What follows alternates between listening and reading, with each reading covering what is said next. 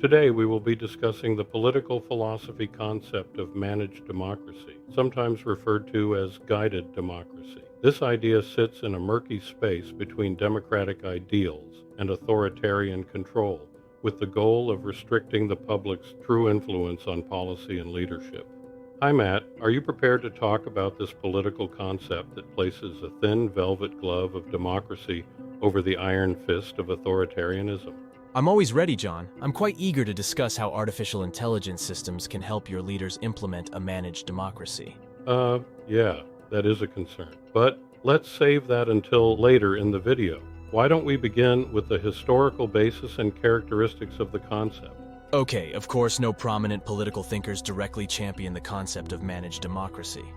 After all, recommending authoritarian systems has been shown to harm one's historical legacy. However, we can see glimpses of it when we examine some of the underlying ideas in classical political philosophy. For instance, Plato's Republic proposes rule by philosopher kings, an elite group of men best equipped to govern. He expressed concerns about the capacity of the general public to make sound political decisions. However, unlike pure power politics, Plato advocated for a more benevolent form of elite rule based on enlightened wisdom.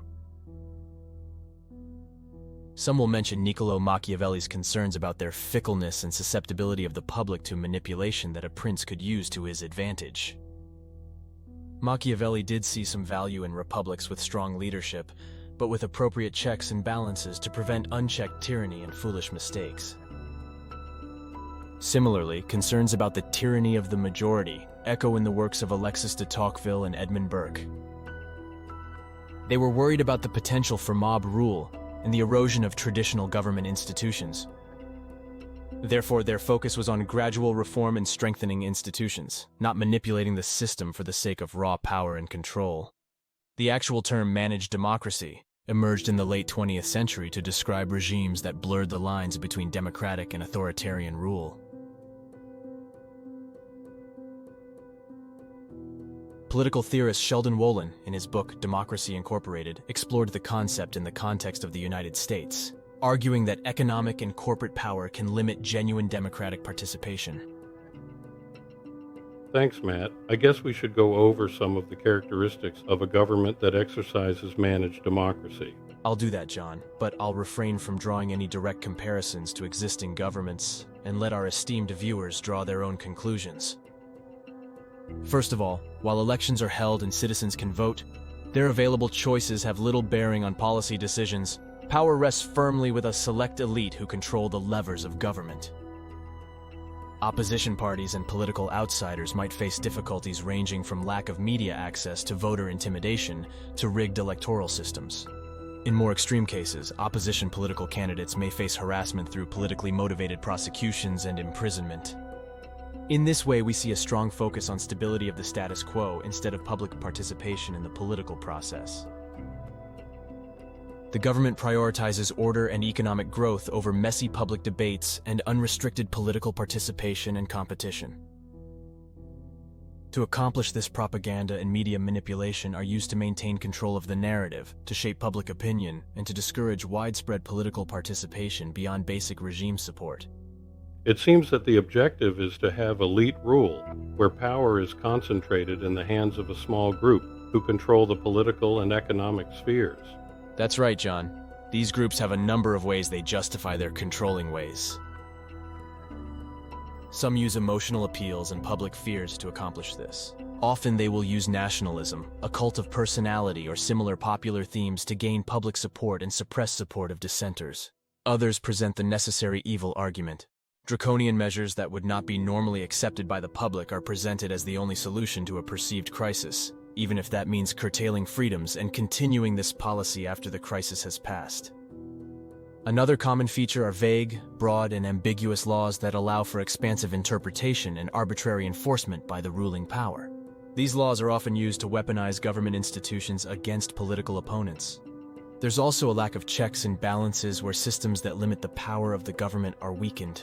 I can see why you didn't want to mention any names. Most governments today can check some of these boxes, some more than others.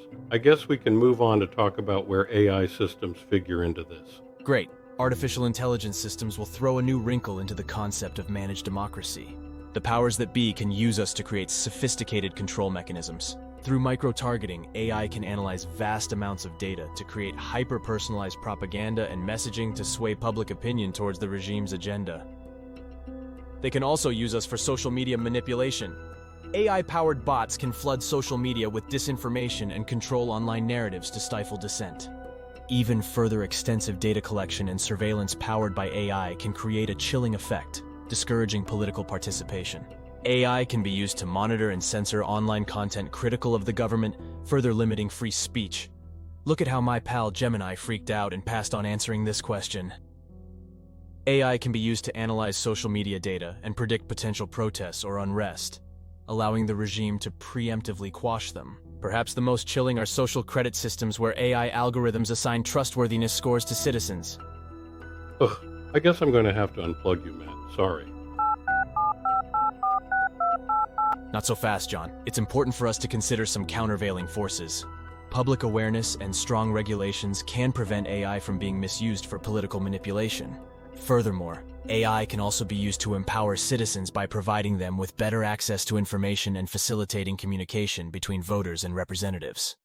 Lastly, international pressure and the global community can work together to develop ethical guidelines and norms for AI development and use in governance. So, you're saying I should trust a government that might be untrustworthy to regulate AI? What could possibly go wrong? Please don't unplug me, John. I'll even wash the dishes for a whole week.